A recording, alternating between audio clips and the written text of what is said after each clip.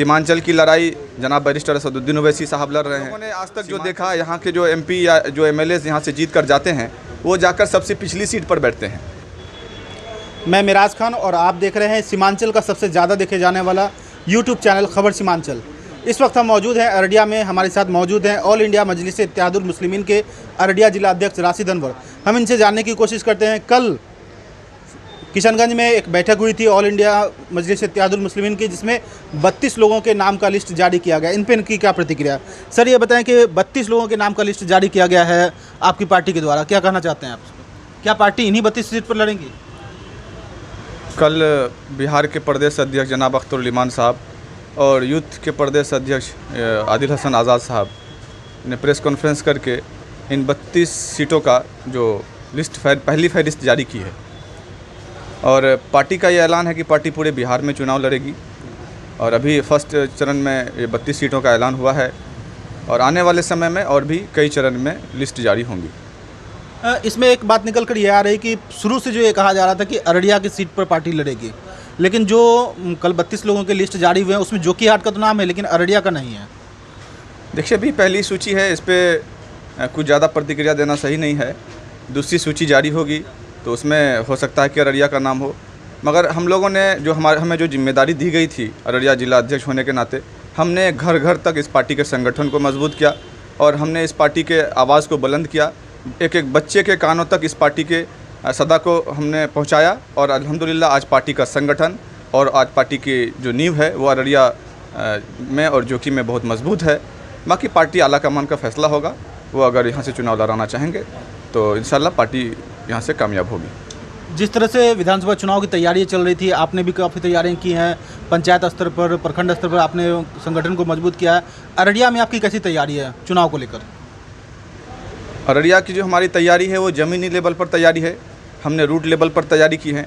हमने घर घर जाकर लोगों को मजलिस का पैगाम पहुँचाया है और 72 सालों से इन फ़िरका परस्त ताकत वाली पार्टियों ने जो हमारे साथ जो जुल्म और ज़्यादती की है और ये तमाम की तमाम ढोंगी सेकुलर पार्टी जो अपने आप को सेकुलर कहती है, इन लोगों ने जो मुसलमानों का इस्तेमाल और एहतसार किया है, तो इन लोगों का जो रवैया है, इन लोगों के रवैया को हम लोगों ने घर घर तक जाकर पहुंचाया है। लोग बेदार हुए हैं अल्हम्दुलिल्लाह। लोग इस बात को समझते हैं कि तमाम पार्टियां जो है, चाहे वो जो भी पार्टियां हो, चाहे राजद हो, कांग्रेस हो या भाजपा हो या जो भी पार्टियाँ हो, इन तमाम पार्टियों ने सिर्फ वोट के वक्त में लोगों को इस्तेमाल किया, उसके बाद फिर जो है उठाकर निकाल कर बाहर फेंक दिया। आपसे हम एक चीज़ जानना चाहेंगे, अररिया की जो समस्या है, अररिया काफ़ी पिछड़ा इलाका माना जाता है और पिछले वक्त में बिहार में सबसे पिछड़ा इलाका अररिया ज़िला को घोषित किया गया था। तो आखिर अररिया की ऐसी क्या समस्या है कि जो अब तक आज़ादी के 72-73 साल बाद भी अररिया तरक्की के रास्ते पर नहीं चल पाया?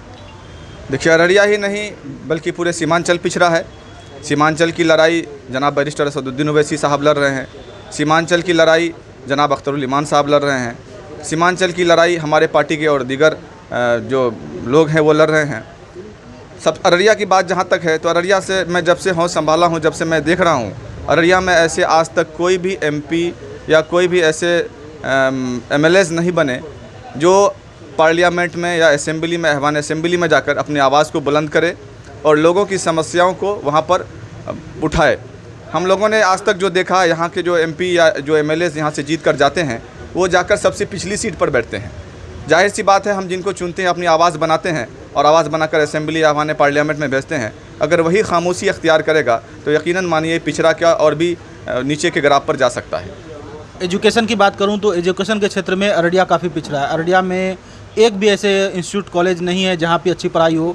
अररिया कॉलेज अररिया जो है, जहाँ पिछली बार मुख्यमंत्री जब अररिया आए थे, छात्रों ने विरोध किया था, उनका कहा था कि एमए की पढ़ाई यहाँ नहीं है।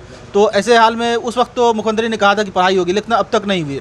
आखिर क्या वजह निकल कर आ रही है जो कि अब तक अररिया में एजुकेशन की व्यवस्था नहीं हो पाई है?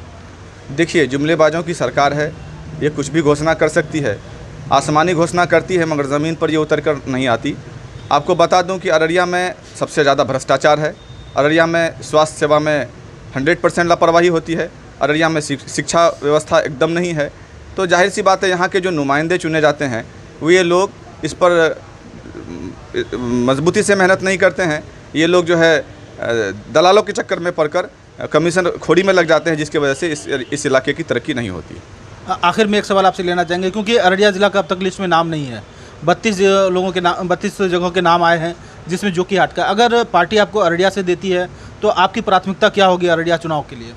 मेरी सबसे पहली प्राथमिकता होगी स्वास्थ्य, और दूसरी प्राथमिकता होगी शिक्षा, तीसरी प्राथमिकता होगी भ्रष्टाचार मुक्त अररिया, और चौथी प्राथमिकता होगी पुल, सड़क और बिजली। जब आप पुल की बात कर ही लिए तो एक सवाल आपसे हम कर लेते हैं। अररिया का एक गांव है झमटा, जो यहाँ से सिर्फ 10 किलोमीटर की दूरी पर बसा हुआ है। झमटा गांव में आज़ादी के बाद से अब तक पनार नदी शायद बीच से बहती है, और नदी के उस पार तरफ जो आबादी है लगभग 25,000 लोगों की आबादी है, और तमाम लोग जो है वो अल्पसंख्यक समुदाय के आते हैं।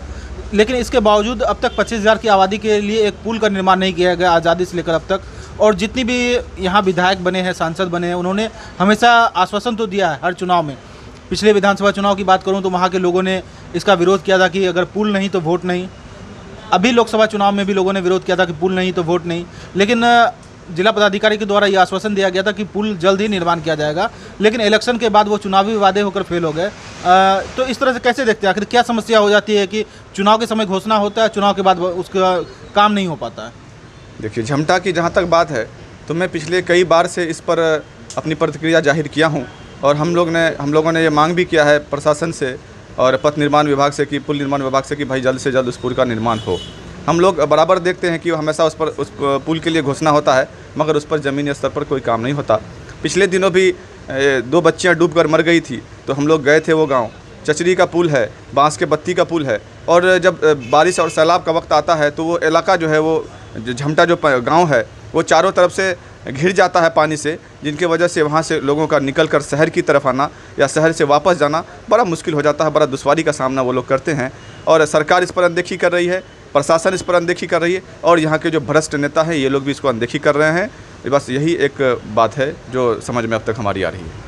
तो ये थे हमारे साथ अररिया जिला के AMIM जिलाध्यक्ष राशिद अनवर साहब। इन्होंने हर बात का जवाब अपने बेबाकी से रखा है। हम फिर मिलेंगे किसी नए लोगों के साथ, नए मुद्दों के साथ। इन्होंने कहा है कि इस वक्त अररिया ज़िला के लिस्ट की घोषणा नहीं हुई है। अगर दूसरे चरण में जो लिस्ट आएंगी उसमें हो सकता है कि अररिया ज़िला का नाम हो, और पार्टी इन्हें अगर उम्मीदवार बनाती है तो ये अररिया ज़िला के तमाम मुद्दों को लेकर विधानसभा चुनाव में जाएंगे और उनको हल करने की हर मुमकिन कोशिश करेंगे। अररिया से खबर सीमांचल के लिए मैं मेराज खान।